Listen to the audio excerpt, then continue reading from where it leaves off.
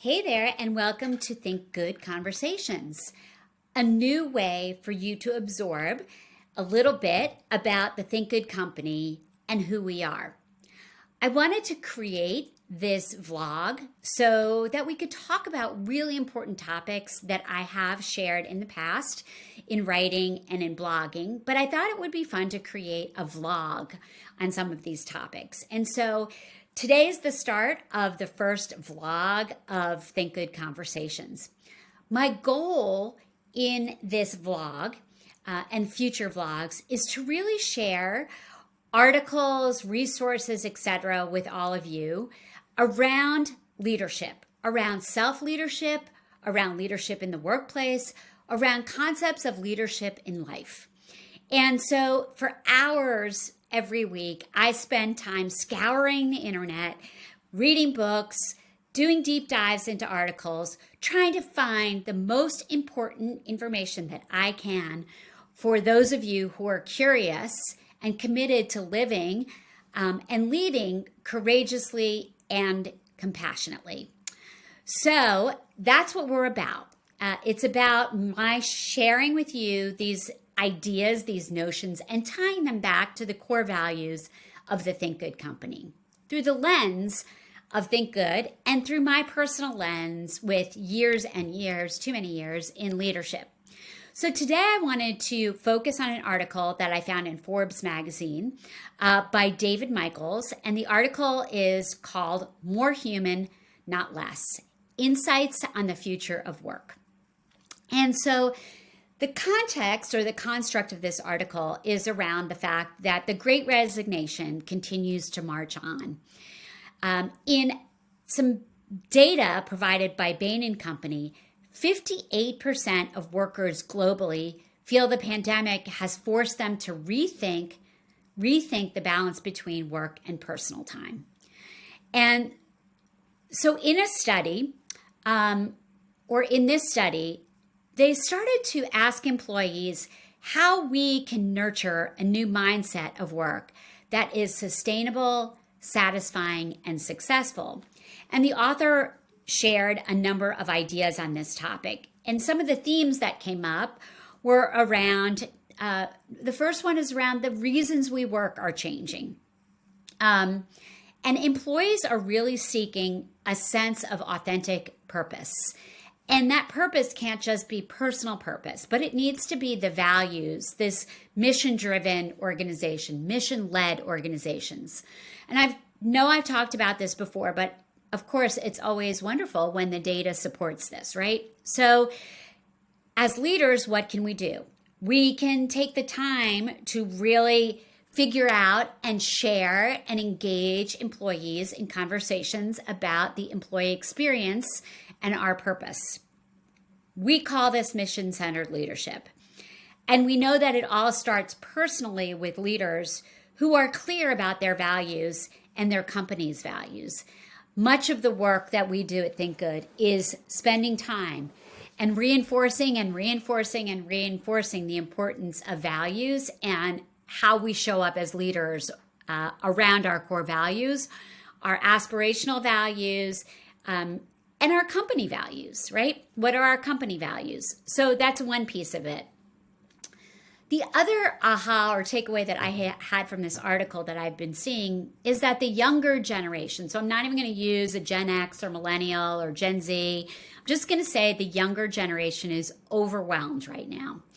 So I wanted to share a little bit of what I've been seeing with people that I lead in conversations and coaching.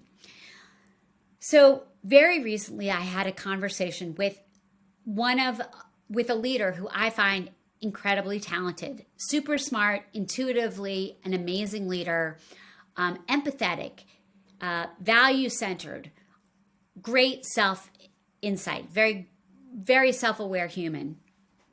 And she is somebody who I believe is the future of what leadership can look like. But recently she's been feeling this sense of overwhelm. And as we unpacked our conversation about overwhelm in general, what I really started to hear is that nobody really prepared me for this job. In the nonprofit sector, that happens a lot, especially as we are hiring with the Great Resignation, people who might have been on our boards or on our staff, internal people, or certainly people who are new to the nonprofit world. So we are not doing justice in terms of creating these healthier, more vibrant workplaces through the onboarding process, or through mentorship, or through coaching. Oftentimes my clients say, you are the only person that actually really listens to me. And although I'm flattered, that does make me feel sad and concerned. And I'm feeling this overwhelm with so many of my clients. And I know part of it is COVID related, this, collective exhaustion we're feeling. And I also know that some of it is that as employers, we are not doing the best that we can in terms of integrating new employees into our cultures. So I want to give you 4 Thursday tips to help you think through these concepts.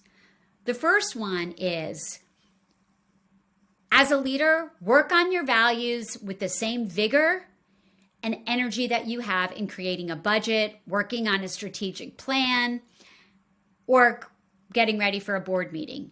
Get that intentional around your values and how you're showing up and how you hope your team will show up. Second point I want you to think about is revisiting your onboarding and professional development opportunities. The days of joyous conferences are over for now. And I remember when I first started as the CEO of Habitat, one of the things that really helped me immensely was going to both the regional and national Habitat for Humanity conferences. And it was during those conferences that I would soak in and gather so much information that literally helped me amp up my leadership. And so how are you as a leader replacing that conference experience for our professional development experience? Are you looking at your budgets? Are you realigning budgets so that people can perhaps go to opportunities through your chamber or through your, association of fundraising professionals or through other networking opportunities? Are you providing resources to have folks find mentors or to get coaching? And I think this redefining what professional development looks like is incredibly important right now during this Great Resignation and in reframing the future of work. Another thing you can really revisit are formal mentorship programs. And I know companies years ago had really put some emphasis on this, and I think so many organizations have stepped away from this.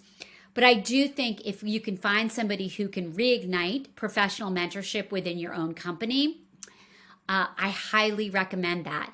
I think it's so important for new employees to have that person in their life that is their cheerleader, that's supporting them and encouraging them, and where a safe space is created. And if you can't create this mentorship, I really, again, recommend finding coaches and communities where people can show up authentically, talk about their emotional well-being, and practice their leadership. And that leadership is both about defining your competence, where are your competence gaps, and confidence. How do you build your confidence as a leader? And I think with those 4 points, we really can live into this concept of becoming more human, not less human, in the workplaces of today and now.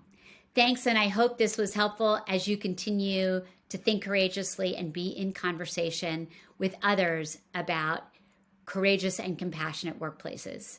Take care and have a great day.